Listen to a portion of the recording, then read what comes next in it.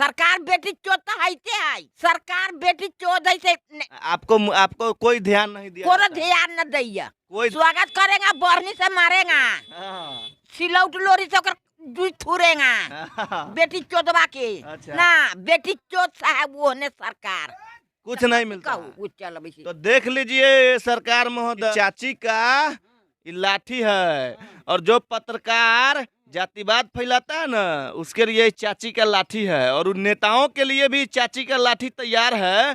जो नेताजी आते हैं और इनसे वोट लेते हैं और चले जाते हैं, दोबारा इनकी स्थिति की तरफ झांकने तक भी नहीं आते कि इनका जीवन किस प्रकार से व्यतीत होता है और किस प्रकार से इनके बच्चे जीते हैं। हालांकि मैं आपको बता दूं कि ये पूरा माझी समाज का मोहल्ला है और एक भी ऐसा घर नहीं है जो कि मकान हो, ईंट का घर बना हुआ हो। लेकिन ये हमारे बिहार की दुर्भाग्य है, इन्हीं के नामों पे राजनीति की जाती है, इन्हीं के लिए आरक्षण को भी बढ़ाया जाता है और उन आरक्षण का लाभ इन तक नहीं पहुंच पाता है। उन आरक्षण का जो मलाई है वो सत्ता में बैठे हुए कुछ शक्तिशाली लोग ही चाट जाते हैं। क्या नाम हुआ आपका? नागेश्वर ठाकुर। नागेश्वर ठाकुर, क्या कहिएगा ये लोग का जो स्थिति है?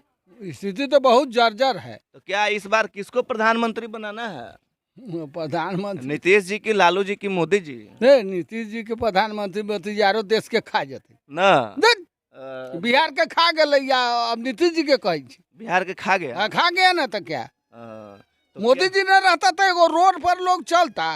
अच्छा तब बताइए, ई चाचा का बात को सुनिए और कहीं न कहीं उन नेताओं के मुंह पे तमाचा है जो लोग इनके नामों पे राजनीति करते हैं और दलित शोषित वंचित के नाम पे राजनीति करते हैं, जबकि हकीकत यही है कि पिछले 33 वर्षों से दलित शोषित और वंचित की ही सरकार है। कहीं न कहीं पिछड़ा अति पिछड़ा की ही सरकार है, फिर भी दलित दलित ही रह गया, शोषित शोषित ही रह गया, वंचित वंचित ही रह गया। जिम्मेवार सरकार है ना? हाँ, सरकार जिम्मेदार है। घर और नहीं बना है ना। तो क्या कहिएगा, सरकार तो आप ही का है। हाँ, सरकार बेटी चोद कथी कहते नहीं है। ना, सरकार रहते ये हमने सन के दुख होई।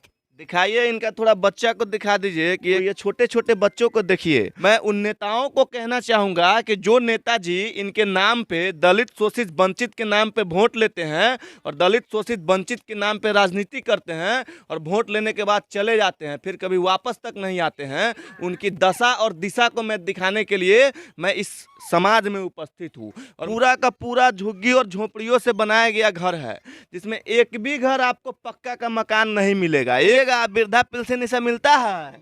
न मिले था, ना मिले था। हाँ, मिले रोक दिले ना, कुछ नहीं मिलता है। कोई मुखिया तुगे नहीं नहीं मिलता है, कोई नहीं मिलता। पूरा माझी समाज का मोहल्ला है। मास महल्ले आता है, ये मुँह जाएगा चिन्ह में नहीं करता कोई जात, नहीं चिंता है कोई नहीं। यहाँ कितना घर होगा आपका समाज का? कम से कम 500 घर है। 500 घर है। 500 घर। कोनो नेता ना आता है? कोई नहीं आता है, सिर्फ वोट लेने टाइम में आता है। टाइम में आता है, मुखिया लड़ता है वही टाइम में आता है, उसके बाद नहीं आता। कोई नहीं आता है। जीत गया चल गया। जीत इस बार तो बहुत जय श्री राम। जय श्री राम। हाँ, तो ये बार मुख्यमंत्री न बने के छल ना, ना। प्रधानमंत्री वही बनेंगे। वही बनेंगे। हाँ। चलिए, ना किछु मिले छै, कुछो नहीं मिलता ना ना किछु ना। विकास तो करदा नहीं है, ऐसे घर न बना है। इसको हाँ, घर न बना है, हमने को विकास न हुआ है, मरई बना है। आ बाबू दादा हमरा वोट दिया हो हमार बाप वोट दिया, हमरा सरकार के वोट दिया। वोट इनके नामों पे राजनीति की जाती है और इनके लिए जो 25% आरक्षण नीतीश कुमार ने बढ़ाया है, उस आरक्षण का जो मलाई है वो सत्ता में बैठे हुए कुछ शक्तिशाली लोग ही चाट जाते हैं और कहीं ना कहीं इन लोगों तक उस आरक्षण का लाभ ही नहीं पहुंच पाता और शायद ये लोग कभी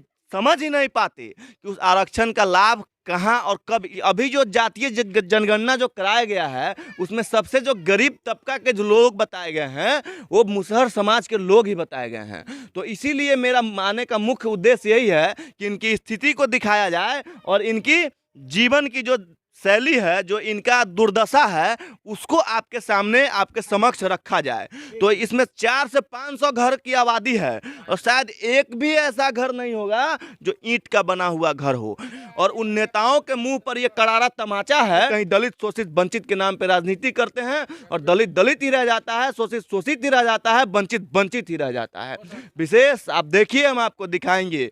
जय हिंद, जय बिहार।